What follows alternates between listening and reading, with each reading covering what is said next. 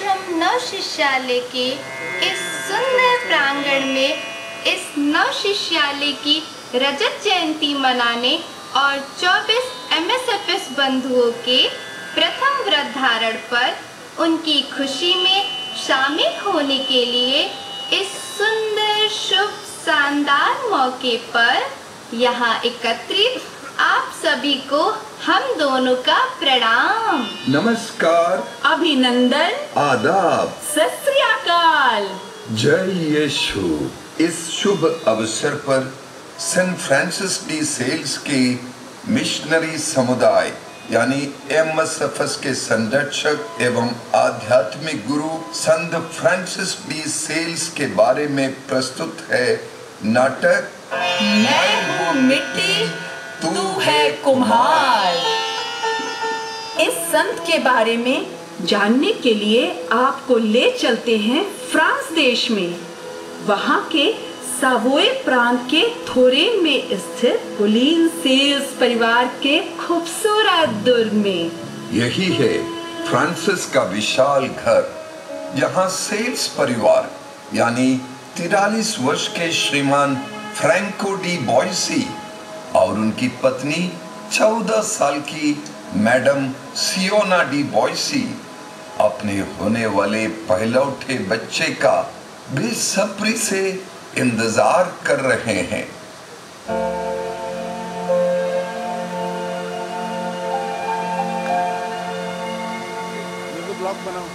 सियोना, तुम क्यों इतनी उदास दिख रही हो? कोई समस्या है क्या? डॉक्टर ने कहा कि हमारा बच्चा चिंता मत करो सियोना, डॉक्टर का काम ही है मरीज को डराना। लेकिन तुम जानती हो कि हम डरने वाले लोग नहीं हैं, हम राज की लोग हैं, समझी कि नहीं समझी? एक तरफ ईश्वर खुशियाँ देता है, दूसरी तरफ कठिनाइयाँ भी। कठिनाइयाँ हमारी परीक्षा लेने के लिए है, लेकिन हम परीक्षाओं से डरने वाले लोग नहीं हैं, हम राज की लोग हैं, समझी कि नहीं समझी? क्या हम अपना बच्चा खो देंगे? डरपोक मत बनो सियोना, हम राज की लोग हैं, समझी कि नहीं समझी? मैं विश्वास के साथ ही प्रार्थना करती हूँ, लेकिन अक्सर डर के कारण मेरी सोच बदल जाती है, वही मुझे अल्पविश्वासी बना देती है। वो शैतान का काम है, अल्पविश्वासी नहीं बल्कि विश्वासी बनो, समझी कि नहीं समझी? मुझे भी विश्वास है कि हमारी प्रार्थनाएं व्यर्थ नहीं जाएंगी। मैंने सुना है कि इटली के तुरीन शहर में प्रभु यीशु के पवित्र वस्त्र का जो पवित्र अवशेष रखा हुआ है वह इन दिनों शाम्बेरी में लाया गया है।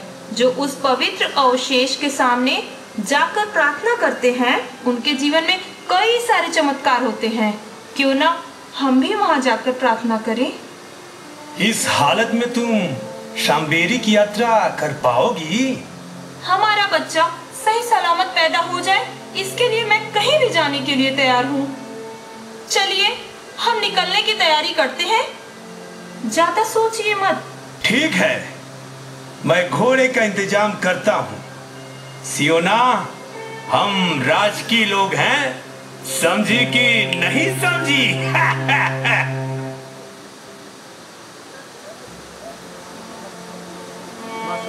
सियोना अपनी गर्भावस्था में फ्रैंको के साथ शाम्बेरी के गिरजाघर गई।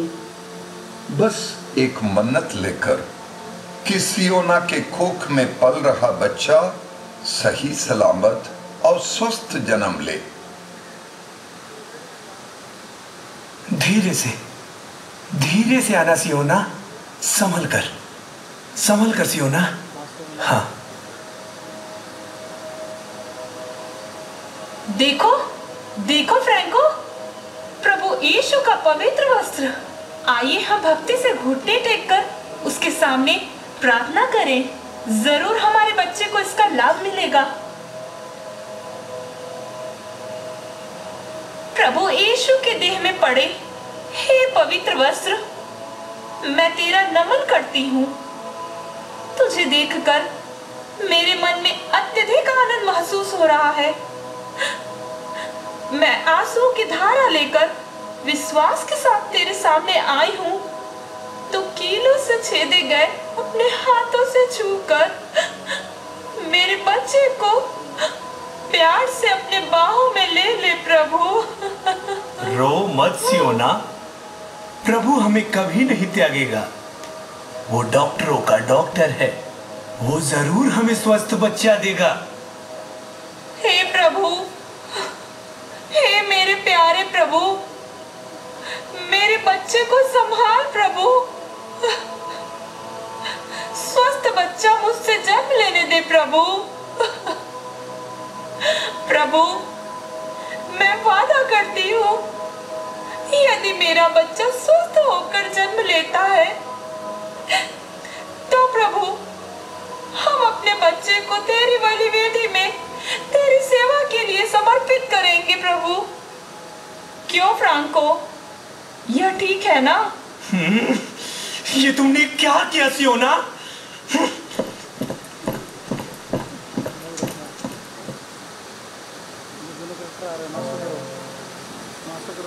बड़ी प्रार्थना, तीर्थ, जप और भक्ति के फलस्वरूप 21 अगस्त 1567 को सियोना ने एक सुंदर शिशु को जन्म दिया। फ्रैंको और सियोना ने बड़े ही प्यार और वात्सल्य के साथ अपने नवजात बच्चे का पालन पोषण किया। उस बच्चे का नाम फ्रांसिस डी सेल्स रख दिया। फ्रांसिस भक्ति, अनुशासन, निष्ठा और प्रेममय वातावरण में बड़ा हुआ। आपको ले चलते हैं सावोई में 12 वर्ष की उम्र के फ्रांसिस डी सेल्स के पास। फ्रांसिस, ओ फ्रांसिस। जी माँ, बोलिए। आओ बेटा, भोजन कर लो। शाम की प्रार्थना करके भोजन करूंगा माँ। तब तो बहुत देर हो जाएगी, तुम्हें भूख नहीं लग रही है? मुझे प्रार्थना की भूख लगी है माँ, मैं प्रार्थना करके खाना खा लूंगा। माँ, आपने ही तो कहा था ना कि अपने जीवन में ईश्वर को सर्वप्रथम स्थान देना है। भूख, प्यास और दुनियावी चीजों से मैं नहीं डरता माँ। अच्छा है फ्रांसिस, मुझे तुम पर फक्र है। तुम्हें डरने की कोई जरूरत नहीं, बस अपनी पढ़ाई पर पूरा ध्यान दो। तुम्हें आगे बढ़कर कानून की पढ़ाई करनी है, एक सफल न्यायाधीश बनना है। हम लोग राज की लोग हैं, तुम बनोगे राज की न्यायाधीश। समझे कि नहीं समझे? हमारे पास इतनी धन दौलत है कि तुम्हें कोई कमी नहीं होगी। समझे कि नहीं समझे? पिताजी, हमारी ये सारी धन दौलत किसी न किसी दिन नष्ट हो जाएगी, लेकिन आत्मा कभी नष्ट नहीं होती है। इसलिए आत्मा को स्वच्छ एवं पवित्र बनाए रखने के लिए सबसे अधिक ध्यान देना होगा। बहुत अधिक आध्यात्मिक नहीं बनना चाहिए। लगता है कि तुम्हारे ऊपर तुम्हारी माँ का असर अधिक है। मैंने तुम्हें अनेसी के चप्पूसियन छात्रावास में भेजकर गलती तो नहीं की? सुनो फ्रांसिस, तुम्हारी आगे की पढ़ाई के लिए मैं तुम्हें पेरिस के नवारे कॉलेज में भेज दूंगा। समझे कि नहीं समझे? नवारे कॉलेज? मैं नवारे कॉलेज में नहीं पढ़ना चाहता हूँ। मैं तो क्लेरमोंट कॉलेज में यीशु संगीत पुरोहितों के यहाँ पढ़ाई करना चाहता हूँ। लेकिन इनसे करने से क्या फायदा? क्या कह रहे हो बेटा? सियोना, आगे की पढ़ाई के लिए वो पेरिस जाएगा। वहां जाने से पहले छुट्टी के दिनों में मैंने एक प्रशिक्षक को यहाँ बुलाया है। वे कल से इसे घुड़सवारी, तलवारबाजी सब सिखाएगा। क्या मेरा नन्हा फ्रांसिस तलवारबाजी कर पाएगा? क्यों नहीं? अरे वो मेरा बेटा है, मत भूलना। हम राज की लोग हैं, समझी कि नहीं समझी? फ्रांसिस, मेरी बात मानो। मेरे जैसा तुम्हें भी राजा के दरबार में एक ऊंचे पद को हासिल करना है। इसलिए घोड़े पर सवार होने का और शिकार करने का ज्ञान होना चाहिए। इसलिए इन सब चीजों पर प्रशिक्षण बहुत जरूरी है। और उसके बाद फ्रांको का बेटा नवारे कॉलेज में राजा महाराजाओं के बच्चों के साथ पढ़ाई करेगा। समझे कि नहीं समझे? सुनिए जी, फ्रांसिस नहीं चाहता कि आप उसे नवारे भेजें। क्लेरमोंट माँ, क्लेरमोंट, मुझे नवारे नहीं क्लेरमोंट भेज दे। नवारे पेरिस का सबसे अच्छा कॉलेज है। मेरे भाई लुइस अपने तीनों लड़कों को वही भेज रहे हैं। अरे हम राज की लोग हैं, समझे कि नहीं? हमारे जैसे राज की लोग अपने बच्चों को नवारे में नहीं पढ़ाएंगे तो कहां पढ़ाएंगे? सुनिए जी, फ्रांसिस चाहता है कि आप उसे पेरिस में क्लेरमोंट कॉलेज में दाखिला दिलाएं। फ्रांको डी बोइसी का पहला उठा बेटा, लोग मेरी हंसी उड़ाएंगे। राज की लोगों में मेरी नाक कट जाएगी, समझे कि नहीं? अरे वो जेसुइट फादर लोगों का कॉलेज है, वे लोग उसे ज्यादा धर्मी बना देंगे। सावोए दूर के नवाब फ्रांको डी बोइसी के बेटे को धर्मी नहीं, न्यायाधीश बनना है। वो आपसे कहने से डर रहा है। वो बिल्कुल नहीं चाहता कि आप उसे नवारे भेजें। क्यों नहीं? पिताजी, यदि आप मेरी भलाई चाहते हैं तो मुझे क्लेरमोंट के जेसुइट कॉलेज में भेजिए। मैं और कहीं नहीं जाऊंगा पिताजी। ठीक है। फ्रांसिस अपने चचेरे भाइयों के साथ 25 अक्टूबर 1578 को पेरिस की ओर रवाना हुआ। 5 दिनों की कठिन यात्रा के बाद वे पेरिस पहुंचे। यात्रा के दौरान फ्रांसिस ने देखा कि विभिन्न क्रिश्चियन संप्रदायों के बीच आपसी लड़ाई के चलते बहुत सारे गिरजाघर या तो जलाए गए या अपवित्र किए गए। पवित्र मूर्तियां खंडित की गईं और बाहर फेंकी गईं। चारों तरफ धार्मिक अवहेलना का नजारा था। तीनों चचेरे भाई नवारे कॉलेज गए और फ्रांसिस क्लेरमोंट कॉलेज में। उनके पिताजी ने फादर जॉन डिएक से निवेदन किया था कि वे इन चारों की देखभाल करें। फादर डिएक के मार्गदर्शन में फ्रांसिस डी सेल्स ने अपनी पढ़ाई में अपना सर्वस्व दांव पर लगाया। पढ़ाई का 1 साल पूरा होने के बाद अंक पत्र मिलने का दिन आया। हाँ लुइस, तुम्हारा परीक्षा फल करीब करीब ठीक है।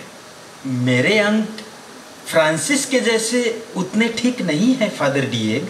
अरे वाह फ्रांसिस, तुमने मानव विज्ञान, फ्रेंच साहित्य तथा यूनानी भाषा में सर्वोच्च अंक पाया है। धन्यवाद फादर डिएग। ये सब प्रभु की कृपा और आपके निरंतर मार्गदर्शन का फल है। मैं बहुत खुश हूँ। आगे भी पूरा मन लगाकर पढ़ाई करो। तुम्हारे पिताजी के मन में तुम्हारे लिए बड़े सपने हैं। वे चाहते हैं कि तुम कानून की पढ़ाई करके न्यायाधीश और सीनेटर बन जाओ। मेरे मन में कुछ संदेह है फादर। क्या आप उन शंकाओं का निराकरण करने का कष्ट करेंगे? अवश्य, वो तो मेरा कर्तव्य बनता है। पूछो फ्रांसिस। फादर, हमारी कलीसिया का शीर्ष कौन है? प्रभु यीशु। फादर, वो हम सबों का शीर्ष है ना? जी हाँ। फिर क्यों माता कलीसिया में समस्याएं, भेदभाव, झगड़ा झंझट और सतावट है? सब स्वार्थ के कारण है फ्रांसिस। दूसरे संप्रदायों के लोग कैथोलिक कलीसिया को बर्बाद करना चाहते हैं। वे छोटी छोटी बातों को बड़ी समस्या बना देते हैं और लोगों के बीच में झगड़ा झंझट का कारण बना देते हैं। फादर डिएक, इन सब को देखते हुए मैं बहुत ही विचलित हो जाता हूँ। हमारे प्रभु यीशु ने हमें प्रेम, शांति, करुणा और दया का पाठ पढ़ाया। फिर ये सब समस्याएं क्यों हैं? फ्रांसिस, हमारी कलीसिया में समस्याएं आएंगी, फिर भी दुनियावी ताकत इसे नष्ट नहीं कर सकती। इसे नुकसान पहुंचाने वाले स्वयं नष्ट हो जाएंगे। इतिहास इसका साक्षी है। नए नए संप्रदाय बार बार जन्म ले रहे हैं फादर। मन में सवाल उठता है कि इनमें से कौन प्रभु यीशु के असली अनुयायी हैं? जो पवित्र आत्मा के मार्गदर्शन में यीशु की शिक्षा का पालन करेंगे, जीवन में उसे कार्यान्वित करेंगे, वही प्रभु यीशु के सच्चे अनुयायी हैं। वही मंडली हमेशा सच्ची कलीसिया के रूप में टिकी रहेगी। लेकिन फादर, लगता है कि इस लड़ाई झगड़े का कोई अंत ही नहीं है। कलीसिया की समस्या अगर तुम्हें विचलित करती है तो क्यों न तुम लोग ही कुछ बदलाव का पहला कदम उठा लेते हो? फादर डिएग, आप कहना क्या चाहते हैं?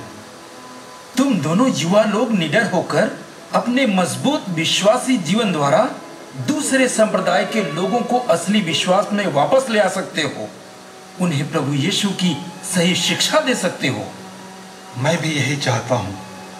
इसके लिए हमें क्या करना होगा फादर? तुम लोगों को इस शास्त्र का अध्ययन करना होगा और कैथोलिक कलीसिया की शिक्षा को पूरी तरीके से ग्रहण करके उसे जन जन में प्रसारित करना होगा। मुझे इस शास्त्र का अध्ययन करने का बहुत मन है फादर। आपने मेरे मन की बात कह दी। ठीक है फादर, मैं इस शास्त्र की पढ़ाई करूंगा, लेकिन मेरे पिताजी इसकी अनुमति देंगे, इसका मुझे संदेह है। क्यों लुइस? मैंने तुम्हें कानून की पढ़ाई करने भेजा है, इस शास्त्र की नहीं। हम राजकीय लोग हैं, समझे कि नहीं समझे? पहले तुम अपनी वर्तमान पढ़ाई को पूरा करो। एक काम करते हैं, मेरे पास इस शास्त्र की जो भी किताबें हैं, मेरे नोट्स हैं, मैं तुम्हें सारी चीजें दूंगा और तुम दोनों कॉलेज की पढ़ाई के साथ साथ इस शास्त्र की भी पढ़ाई करो और उचित समय पर इस शास्त्र की डिग्री के लिए तुम परीक्षा भी लिख सकते हो। वाह वाह, आम के आम गुठलियों के दाम, डिग्री भी मिल जाएगी।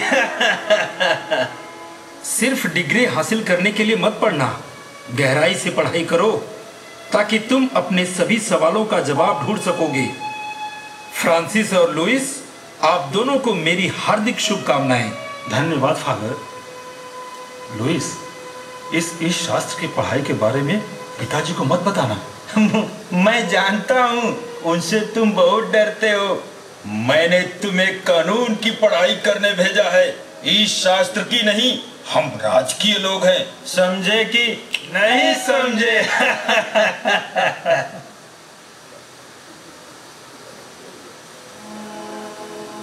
विधि यानी कानून की पढ़ाई, साथ साथ इस शास्त्र की भी पढ़ाई।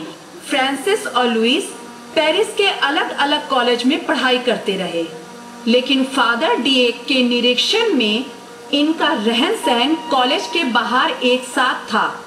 पढ़ाई में दोनों ने दिन रात मेहनत की। इसके साथ साथ दोनों चचेरे भाई भक्ति कार्यों में लगे हुए थे।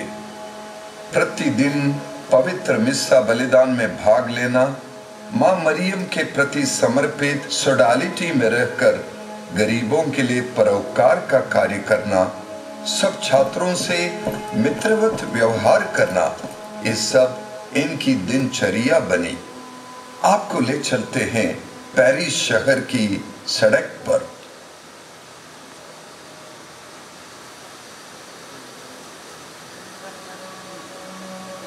फ्रांसिस, फ्रांसिस, तुम्हें नहीं फ्रांसिस? फ्रांसिस, और फ्रांसिस। मैं ही फ्रांसिस हूँ और यह मेरा भाई लुइस। आपको क्या चाहिए और आप लोगों का परिचय? हम लोग कैल्विन चर्च के पॉपुलर टीम के सदस्य हैं। जी, हम दोनों कैथोलिक कलीसिया के विनम्र सेवक हैं। कैथोलिक? कैथोलिक? रोमी कलीसिया? अरे रोम को छोड़कर हमारे कैल्विन चर्च में आ जाओ। आ जाओ। क्यों? किस लिए? कैल्विन ही असली चर्च है अरे कैथोलिक लोग मूर्ति पूजक है। ये तो मरियम को देवी मानकर पूजा करने वाली कलीसिया है, इसलिए हम सब इससे अलग हो गए हैं। मित्र, हम कैथोलिक लोग न तो मरियम को देवी मानते हैं और न उनकी पूजा करते हैं। हाँ, हम मरियम का सम्मान और आदर करते हैं क्योंकि वह हमारे मुक्तिदाता यीशु की माँ है। वो सिर्फ एक औरत है जिसके गर्भ में प्रभु यीशु कुछ दिन तक रुके थे, सिर्फ भ्रूण के रूप में। यदि कोई किराए के कमरे में कुछ दिन रहता है तो कमरा छोड़ने के बाद मुड़कर उस कमरे की पूजा नहीं करता। सही कहा तुमने। मूर्ख, तुम्हारी बातों में कोई तार्किकता ही नहीं है। कोई अपनी माँ को किराए का कमरा कहेगा? माँ मरिया से तुम नफरत करते हो, मूर्ख कहीं का। तुमने इसे मूर्ख कहा? तुम्हारी इतनी हिम्मत? मार इस बदमाश को। मूर्ख बोलता है, हिम्मत हो गई। मरियम को पूछता है, मूर्ति पूजा करता है। सभी रुक जाइए, जाइए आप सभी लोग। मूर्ख बोलता है। प्रभु यीशु के पवित्र नाम पर मैं आपसे विनती करता हूँ, उसे छोड़ दीजिए। देखिए भाई, हम लोग अलग अलग विचार के होते हुए भी प्रभु यीशु में हम सब एक हैं। यह बिल्कुल ठीक नहीं है कि जिन्हें प्रभु यीशु ने अपने रक्त का मूल्य देकर मुक्त किया है, वे आपस में इस तरह झगड़ा करें। देखिए, हम लोग कभी किसी कक्ष में बैठकर प्रार्थनामय वातावरण में विश्वास की बातों पर आपस में चर्चा करेंगे। हाँ, एक दूसरे से लड़ाई करने या जीतने के लिए नहीं। प्रभु हमसे क्या चाहता है, उस सत्य को ढूंढने के लिए। ठीक है? ठीक है। हाँ, आप तो मिलते हैं अगले रविवार को कैंटीन में शाम को 5 बजे। शाम को 5। हाँ, ठीक है, बिल्कुल। हाँ, ठीक है। हाँ। वाह भाई फ्रांसिस, तुमने उन दुश्मनों को दोस्त बनाया। कैसे? जिस प्रभु पर विश्वास करता हूँ वह मेरे साथ है और मेरे हाथों में रोजरी है। माँ मरियम की सहायता से असंभव कार्य भी संभव हो जाता है। संत पौलुस ने फिलिपियों को लिखते हुए कहा है ना, जो मुझे बल प्रदान करता है, मैं उनकी सहायता से सब कुछ कर सकता हूँ।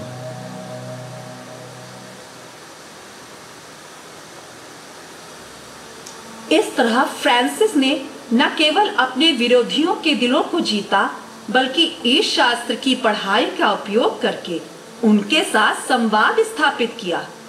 सन 1588 के वसंत ऋतु आते ही फ्रांसिस और लुइस ने मास्टर ऑफ आर्ट्स की पढ़ाई पूरी की। फ्रांसिस ने घर में अपने प्यारे माता पिता और अपने छोटे भाई बहनों के साथ छुट्टियों के कुछ दिन बिताए। फ्रांसिस के पिता चाहते थे कि उनका पहला उठा बेटा कानून में डॉक्टरेट की डिग्री प्राप्त करे, उसके बाद न्यायाधीश बने या प्रशासनिक अधिकारी बने। लेकिन न पेरिस में न फ्रांस के किसी भी शहर में कानून का कोई अच्छा महाविद्यालय था। इसलिए यह तय हुआ कि फ्रांसिस डॉक्टरेट की पढ़ाई के लिए इटली के विख्यात शहर पादुआ जाए। सन 1588 के दिसंबर महीने में फ्रांसिस ने पादुआ के विश्वविद्यालय में कानून में शोध के लिए अपना नाम पंजीकृत किया। 2 साल पादुआ के विख्यात प्रोफेसरों की देखरेख में और यीशु संगीत पुरोहितों के आध्यात्मिक दिशा निर्देशन में फ्रांसिस ने बहुत मेहनत की। बीच में अत्यधिक बीमार हो गए और मौत के कगार पे थे। लेकिन प्रभु की योजना कुछ अलग थी। फ्रांसिस को जीवन दान मिल गया। स्वस्थ हो जाने पर उन्होंने कानून की सबसे बड़ी, सबसे कठिन परीक्षा दी। उसका परिणाम यह हुआ कि फ्रांसिस के पिता और परिवार के अन्य लोग जिस घड़ी का बेसब्री से इंतजार कर रहे थे, वो घड़ी आ गई 5 सितंबर 1591 को।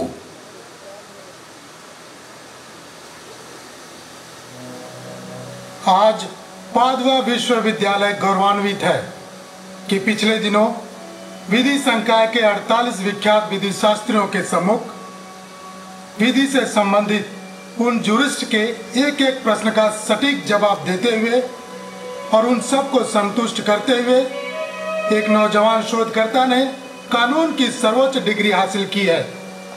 वे हैं फ्रांस के जिनीवा प्रांत के सावोय दुर्ग के प्रभु फ्रांसिस डी बोयसी के सुपुत्र फ्रांसिस डी सेल्स।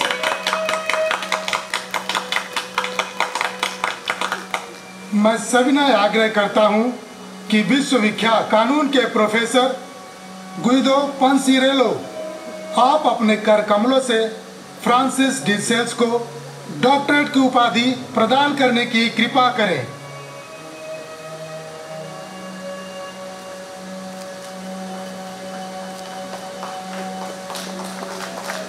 सम्मानित कुलपति महोदय, कुलाचार्य फादर अंतोनियुस, प्राध्यापकगण, छात्रगण और सभी मित्रों, फ्रांसिस डी सेल्स को पढ़ाने का सौभाग्य मुझे प्राप्त हुआ। ऐसे व्यक्तित्व, ऐसे सौम्य आचरण, ऐसे सद्गुण और सदाचार के धनी व्यक्तित्व को मैंने बहुत कम देखा है। प्रिय फ्रांसिस डी सेल्स, आपसे प्यार किए बिना सदाचार और सद्गुण से प्यार करना असंभव है। आपके अंदर मानवीयता, उदारता, सहानुभूति, अनुकंपा और परोपकार कूट कूट कर भरा हुआ है। मैंने सुना कि कुछ महीनों पहले आप जब मौत के दरवाजे पर थे, आपने मृत्युपरांत अपने शरीर को मेडिकल कॉलेज के छात्रों के अध्ययन के लिए दान देने का प्रस्ताव रखा। ऐसे उदार और साहसी व्यक्तित्व को मैं सलाम करता हूँ। आप उस नदी की तरह हैं जो पाप की मलिनता से भरपूर शहर के चारों ओर बहती है, फिर भी निर्मल है, शुद्ध है, पीने योग्य है। लीजिए, doctor of civil law Francis de Sales, doctor of ecclesiastical law Francis de sales,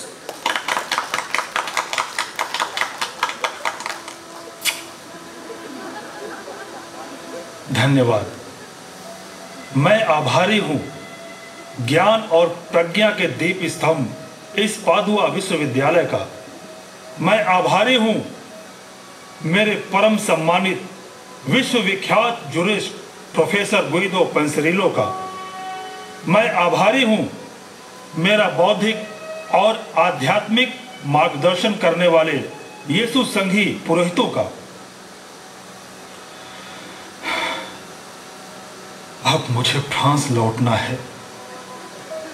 आज मेरा फ्रांस देश बड़ी विपत्ति के दौर में है। धर्म विरोधी राजा हेनरी चौथे ने फ्रांस देश पर हमला करके उसे गुलाम बनाया है।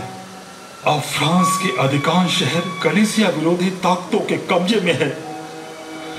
हर तरफ युद्ध, अशांति और जंग का आलम है।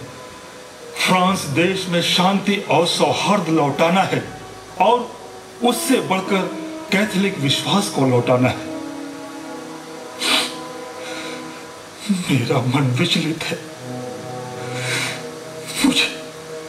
मुझे क्षमा करें।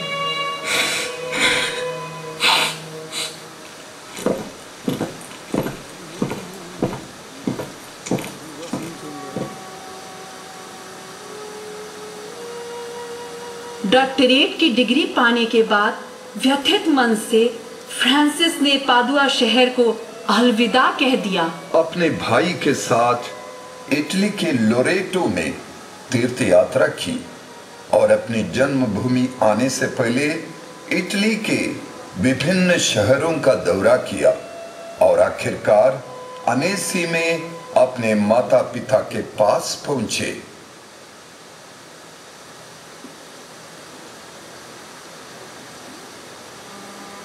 सियोना, आज मैं बहुत खुश हूं। जैसा मैंने सोचा था वैसा ही हमारा बेटा फ्रांसिस अनेसी सीनेट का मेंबर बन गया और उसने अदालत में बैरिस्टर के रूप में रजिस्ट्रेशन भी कर लिया। मुझे इस बात पर बहुत गर्व महसूस हो रहा है। समझी कि नहीं समझी? आपके ही लगातार प्रयास के कारण यह सब हुआ है। एक पिता होने के नाते मैंने उसे सही मार्ग दिखाया है। अब मैं 70 साल का हो गया हूं। अब बस एक काम रह गया है, उसकी शानदार शादी। मैंने लड़की भी ढूंढ ली है। हमारे कुलीन राजकीय परिवार की प्रतिष्ठा के मुताबिक शावले शहर के राजा के उपदेष्टा और वरिष्ठ न्यायाधीश जॉन सूशे की अत्यधिक सुंदर सलोनी पुत्री फ्रांसेस सूशे, सियोना, वही तुम्हारी बहू बनेगी। बताओ कैसी है मेरी पसंद? देखो हम राजकीय लोग हैं, समझी कि नहीं समझी? बताओ ना, कैसी है मेरी पसंद? यह आपकी पसंद है। फ्रांसिस की पसंद के बारे में भी सोचिए। शायद आप भूल गए, जब हमारा बेटा मेरी कोख में मरने को था, तब हमने सांबेरी गिरजाघर में यीशु के वस्त्र के पवित्र अवशेष के सामने उसे ईश्वर के लिए समर्पित करने का वादा किया था। आपको याद है कि नहीं? नहीं भूला हूं, लेकिन आज हमारी प्रतिष्ठा के मुताबिक वह डॉक्टर ऑफ लॉ है। उसे अच्छा पद प्रतिष्ठा मिली है। भूलो मत, वह सीनेटर है। लेकिन प्रभु के सामने वादा करे और उसे पूरा ना करे, यह तो पाप है। कहा गया है कि जान जाए लेकिन वचन ना जाए। सियोना, तुम्हें समझना होगा कि हमारे बेटे ने जो पद हासिल किया है वह किसी को भी इतनी जल्दी हासिल नहीं होता है। अब उसकी प्रतिष्ठा आसमानों की बुलंदियों को छू रही है। मेरी बात को फ्रांसिस कभी नहीं टालेगा। तुम उसे गुमराह मत करना, समझी कि नहीं समझी? है? लेकिन पिताजी, अगर आपकी बात को मैं स्वयं टाल दूं तो बुरा मत मानिएगा। क्या कह रहे हो फ्रांसिस? जी हाँ पिताजी, आज मैं घोड़े पर सवार होकर घर आ रहा था, तब म्यान से मेरी तलवार नीचे गिर गई और उसे पकड़ने के चक्कर में मैं भी गिर गया। लेकिन प्रभु की कृपा है कि मैं तलवार पर नहीं गिरा। मैंने देखा कि उस तलवार के ऊपर मेरा म्यान भी गिर गया और इस तरह नीचे फर्श पर तलवार और म्यान दोनों के मिलने से एक क्रूस की आकृति बन गई। पिताजी, मैं तलवार और म्यान लेकर आगे बढ़ा। 3 बार यह घटना हुई। हर बार मैं बच गया। यदि मैं तलवार के ऊपर ही गिर गया होता तो सोचकर मुझे डर लग रहा है। डर से ज्यादा परम दयालु प्रभु ईश्वर के प्रति आभार के साथ मेरा दिल धड़क रहा है। प्रभु तेरा लाख लाख शुक्र है। धन्यवाद प्रभु, धन्यवाद। तो तुम कहना क्या चाहते हो फ्रांसिस? पिताजी, ईश्वर ने मुझे बड़ी विपत्ति से बचाया है, मेरे जीवन में अद्भुत कार्य किया है। जरूर वह मुझसे कुछ चाहता है, क्योंकि इसके पहले भी कई बार इसी तरीके से उसने मुझे बचाया है। तो मैं प्रभु की सेवा करना चाहता हूँ, पुरोहित बनना चाहता हूँ, क्योंकि प्रभु मुझे कलीसिया में शांति स्थापित करने के लिए बुला रहा है। बेटा, इतने कम उम्र में ही तुम्हें डॉक्टरेट प्राप्त हुई है, साथ ही साथ ऊंचा पद भी मिला है। शोहरत और धन दौलत तेरा इंतजार कर रही है। इन सब को त्याग देना चाहते हो? जी हाँ पिताजी, जब मैं माँ के गर्भ से 7वें महीने में ही पैदा हुआ और पढ़ाई के दौरान कई दिनों तक पलंग पर ही पड़ा रहा, फिर भी ईश्वर ने मुझे बचाया। आज मेरी समझ में आ गया है कि इन सब के पीछे मेरे लिए ईश्वर की खास योजना थी। मुझे अनुमति दीजिए पिताजी। माँ, आप क्या कहना चाहती हैं? मेरी भी इच्छा वही है। जो वादा ईश्वर के सम्मुख हमने किया है उसे पूरा करना ही है। वाह वाह! प्रभु फ्रांसिस डी बोइसी का पहलौठा पुत्र, डॉक्टर ऑफ लॉ व सीनेटर फ्रांसिस डी सेल्स अपने ऊंचे पद को छोड़कर गिरजाघर के पुलपिट में खड़े होकर प्रवचन देगा, धर्म की दखियानुसी बातें करेगा।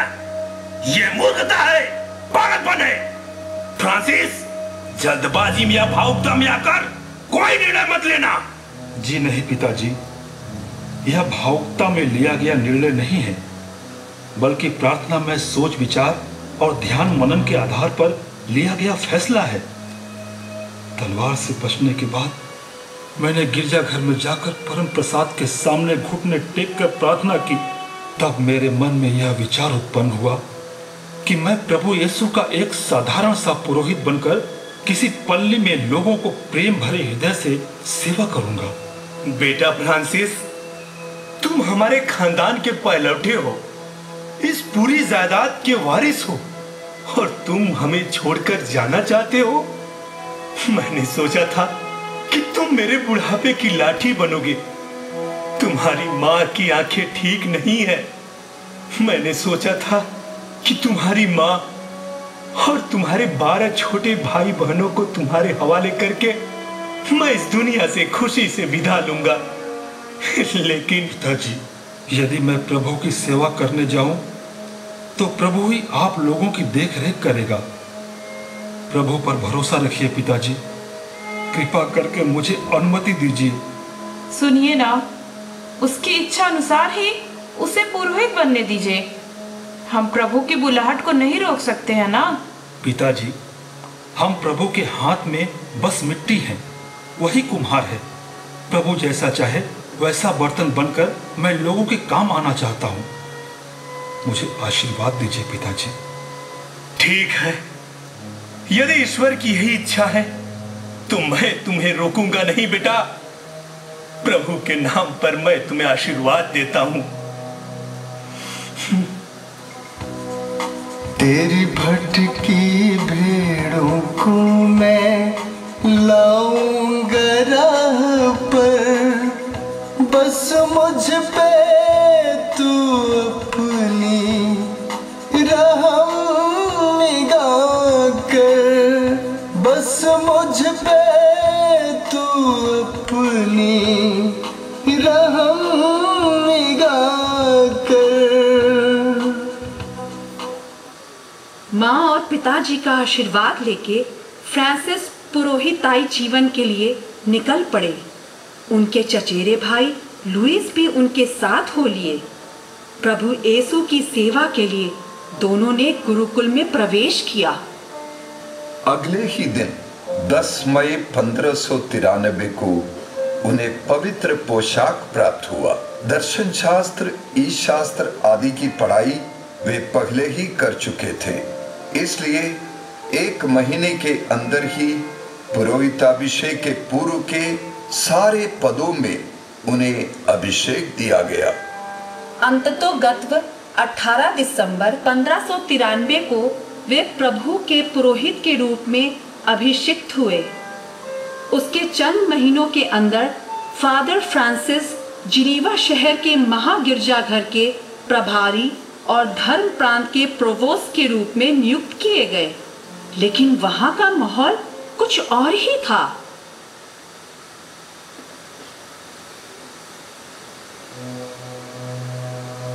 सभी आदरणीय पुरोहित भाइयों, जब से मैंने यहाँ जिनेवा में प्रोवोस्ट की जिम्मेदारी ली है, मैं देख रहा हूँ हमारे बहुत से लोग घर बार छोड़कर कहीं और पलायन कर चुके हैं।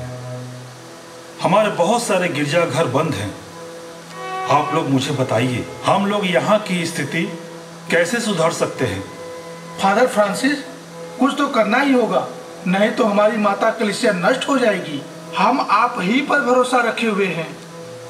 मोन्सियोर फ्रांसिस, हम सभी लोग घबराए हुए हैं, लेकिन हमें लगता है कि यही घबराहट आप में नहीं है। सम्मानित पुरोहित भाइयों, मैं आपकी घबराहट समझ रहा हूँ, लेकिन घबराने से या जल्दबाजी करने से कुछ नहीं हासिल होने वाला। हम काल्विनिस्ट की तरह न बने। हम उनके साथ झगड़ा जोर जबरदस्ती करके माता कलीसिया की पुनर्स्थापना नहीं कर सकते। हाँ, हम जिनीवा को प्यार और पड़ोसी प्रेम से ही जीत सकते हैं। मेरा पूरा परिवार सड़क पर आ गया है। कैल्विनिस्ट समुदाय के लोग हमारे लोगों को उनके गिरजाघर में जाने के लिए मजबूर करते हैं। ऐसे में आप कह रहे हैं कि जिनेवा को प्यार और पड़ोसी प्रेम से ही जीत सकते हैं। चिंता मत कीजिए, मेरा आप सभी पुरोहितों से अपील है कि जो भी बेघर हो गए हैं उन सारे लोगों को हमारे गिरजाघरों में पुरोहितों के आवास में ठहराइए। उनकी जो भी जरूरतें हैं उन्हें पूरा कीजिए। यह तो ठीक है, लेकिन फादर आप दुश्मनों को प्यार से नहीं जीत पाएंगे। फादर, यह कभी मत सोचिए कि कैल्विनिस्ट लोग हमारे दुश्मन हैं। वे भी यीशु के अनुयायी हैं। बस कैथोलिक कलीसिया की कुछ बातों को वो स्वीकार नहीं कर पा रहे हैं। प्यार से उन्हें समझाना होगा। हमारा ख्रिस्ती समर्पण ही उनके लिए नमूना बन जाए। हमें अपने विश्वास में और भी मजबूत होना होगा। हमें स्वयं प्रेरित बनने होंगे। मोन्सियोर, क्या कैल्विन के अनुयायी हमें सहयोग देंगे?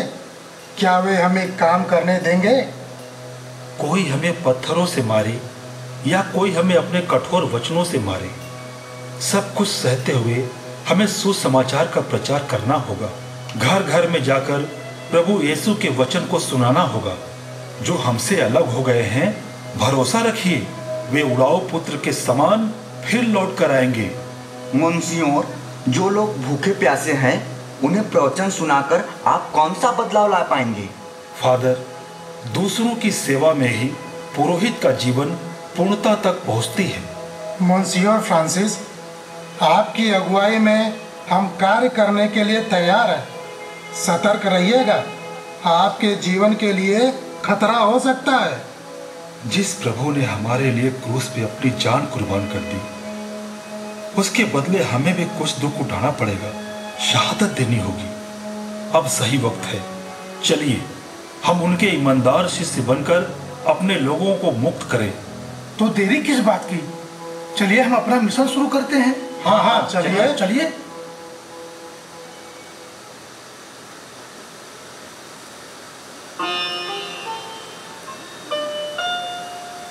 इस तरह जिनीवा के मोन्सियोर फ्रांसिस ने अनेसी में रहकर जिनीवा में धर्म के नाम पर उत्पीड़न सहने वाले लोगों को सांत्वना देने के लिए घर घर जाकर रोगियों की सेवा की, भूखों को भोजन खिलाया, कारागार में बंद लोगों से मुलाकात की, उनका प्रोत्साहन किया, गिरजाघरों में जा जाकर प्रवचन दिया, पापियों के मन फिराव के लिए लगातार पाप स्वीकार के लिए बैठकर लोगों में मेल मिलाप कराया। मोन्सियोर फ्रांसिस ने अपनी वकालत का उपयोग करते हुए लोगों को चुंगी और लगान से मुक्ति दिलाई। युद्ध के कारण जिनका घर टूट गया था, उन पीड़ितों को मुआवजा दिलाया। उन्होंने युद्ध, हिंसा और अन्याय के खिलाफ अपनी आवाज बुलंद की। यह कार्य फादर फ्रांसिस के लिए कोई सामाजिक सेवा कार्य नहीं था, बल्कि प्रभु यीशु के शिष्यत्व का कार्य था। सियोना, जिनीवा में जो कुछ भी हो रहा है उसके बारे में सुनकर मुझे बहुत डर लग रहा है। हमारे बेटे की सुरक्षा को लेकर मुझे बड़ी चिंता है।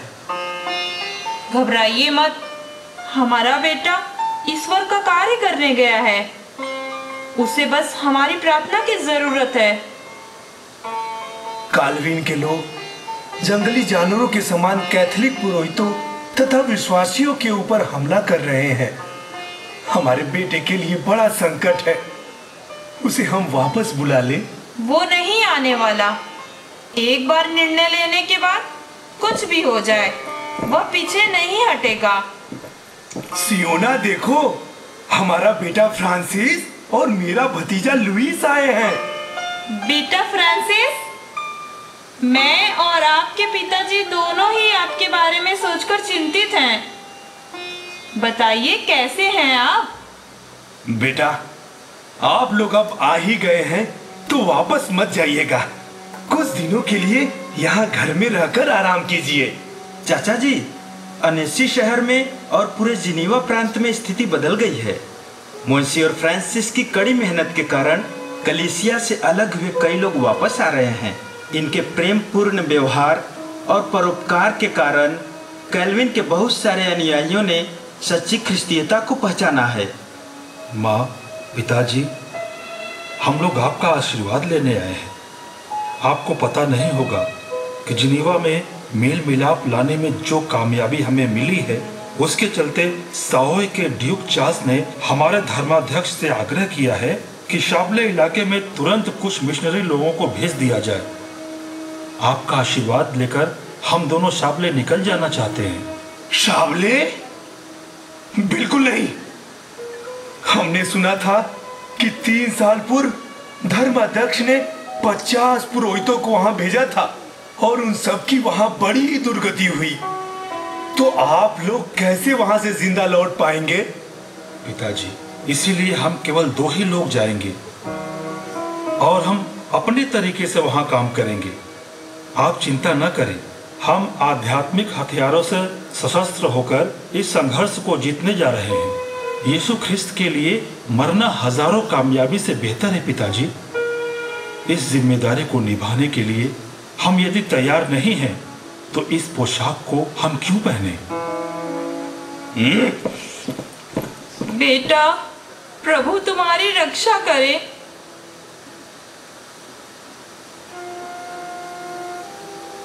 फ्रैंको ने फ्रांसिस और लुईस के फैसले पर क्रोधित होकर यह आदेश दिया कि उनका एक भी सेवक उन दोनों की मदद नहीं करेगा, कोई भी सुविधा उन्हें मुहैया नहीं कराएगा। इसलिए मॉन्सिन्योर फ्रांसिस और फादर लुईस अपने सामान स्वयं ढोते हुए 1 दिन की पैदल यात्रा करके शाबले पहुंचे। 1 दिन के विश्राम और प्रार्थना के बाद उन दोनों ने अपना काम शुरू किया।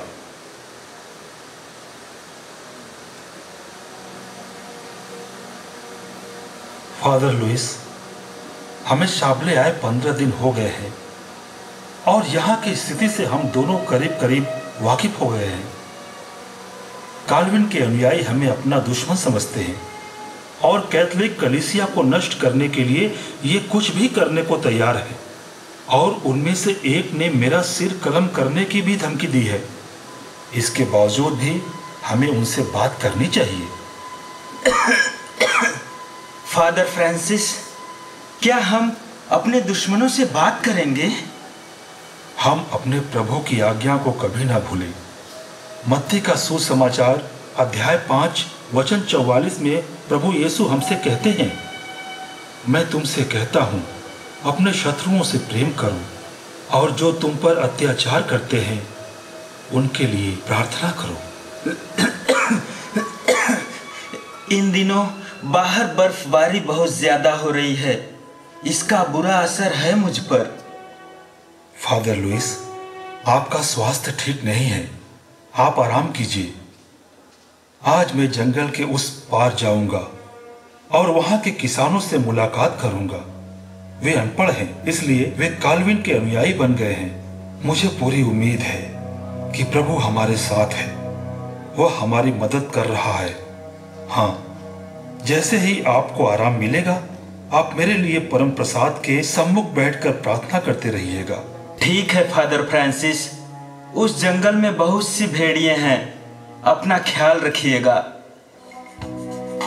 तेरी भटकी भेड़ों को मैं लाऊंगा राह पर, बस मुझ पे तू अपनी रहम निगाह कर, बस मुझ पे तू अपनी रहम निगाह कर।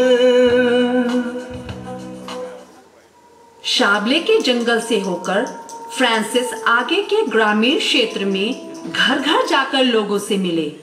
बर्फबारी के कारण यात्रा बड़ी ही कठिन थी। वापसी में फ्रांसिस रास्ता भटक गए। उन्हें भेड़ियों का सामना करना पड़ा। उन भेड़ियों से बचने के लिए देखिए उन्होंने क्या तरकीब निकाला।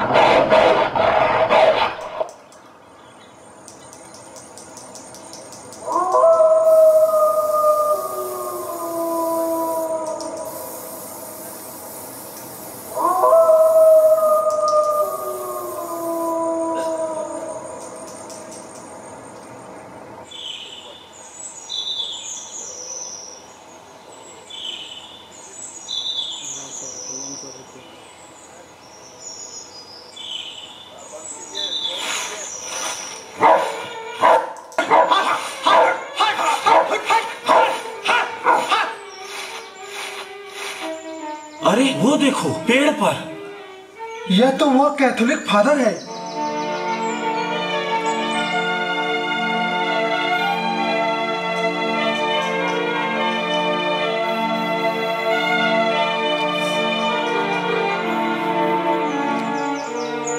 क्या हुआ फादर? मैं मिट्टी हूं प्रभु, तू है कुम्हार, तेरी इच्छा मैं पूरी कर। पता नहीं बेहोशी में क्या बड़बड़ा रहे हैं। चलो इन्हें कैथोलिक गिरजाघर पहुंचा दिया जाए। हाँ चलो चलो।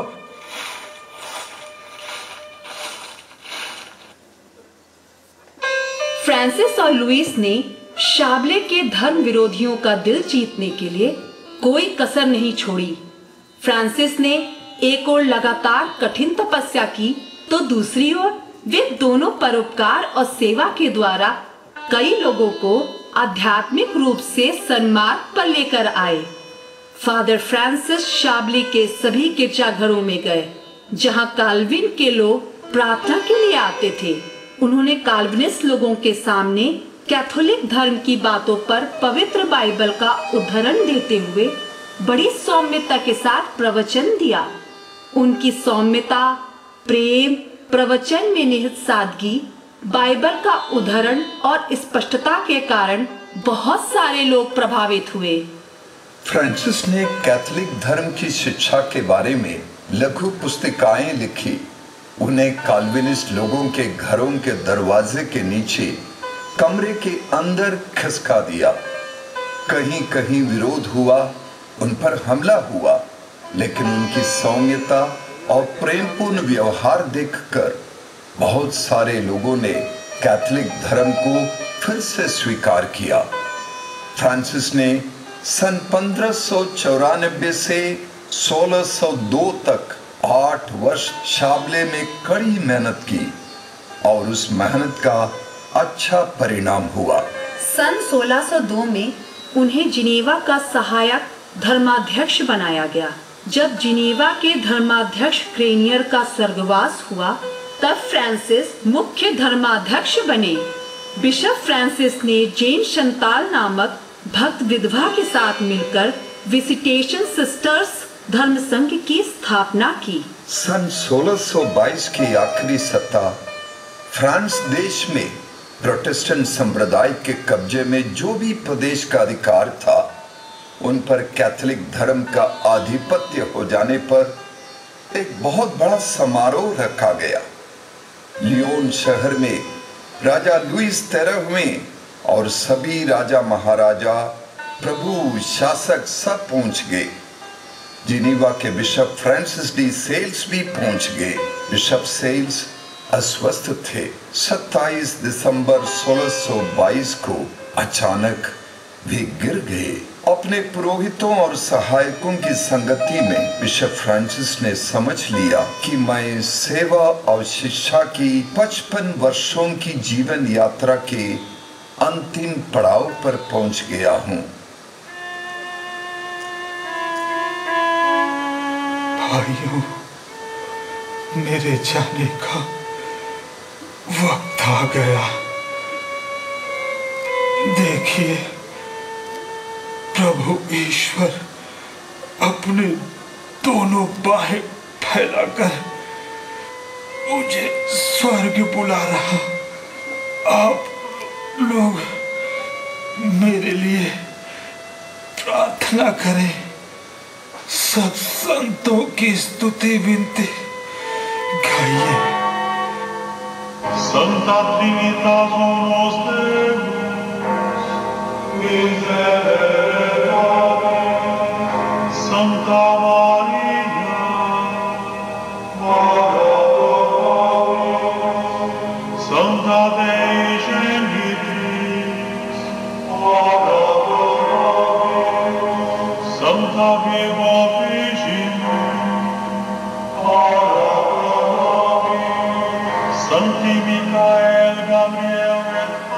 तेरी इच्छा पूरी। मैं मिट्टी।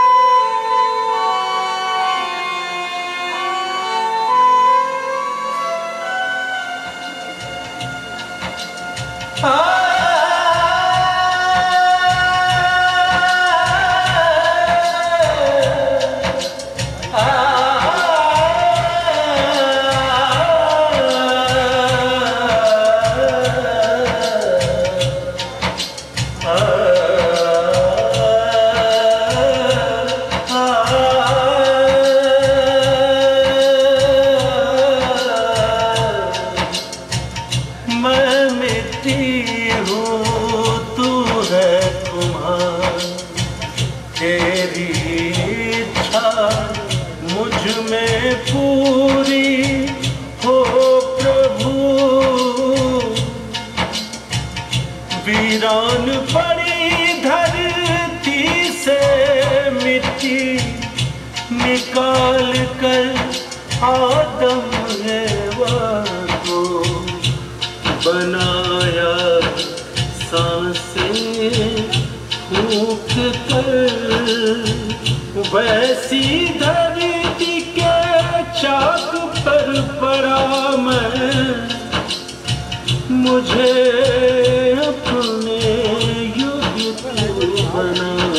आप सभी खड़े हो जाइए और इस महान संत फ्रांसिस डी सेल्स के साथ गाइए, तेरी इच्छा पूरी हो जाए। मैं मिट्टी हूँ, तू है कुम्हार। मैं मिट्टी हूँ, तू है कुम्हार। मुझ मिट्टी को तोड़ दे, सान दे, मोड़ दे, कि मैं तेरी कृपा के योग्य पात्र बनूं। मेरे हाथों को ऐसा योग्य बना कि वे लोगों की सेवा में आ सके। मेरे पैरों को ऐसा योग्य बना कि वे सन्मार्ग पर ही चल सके।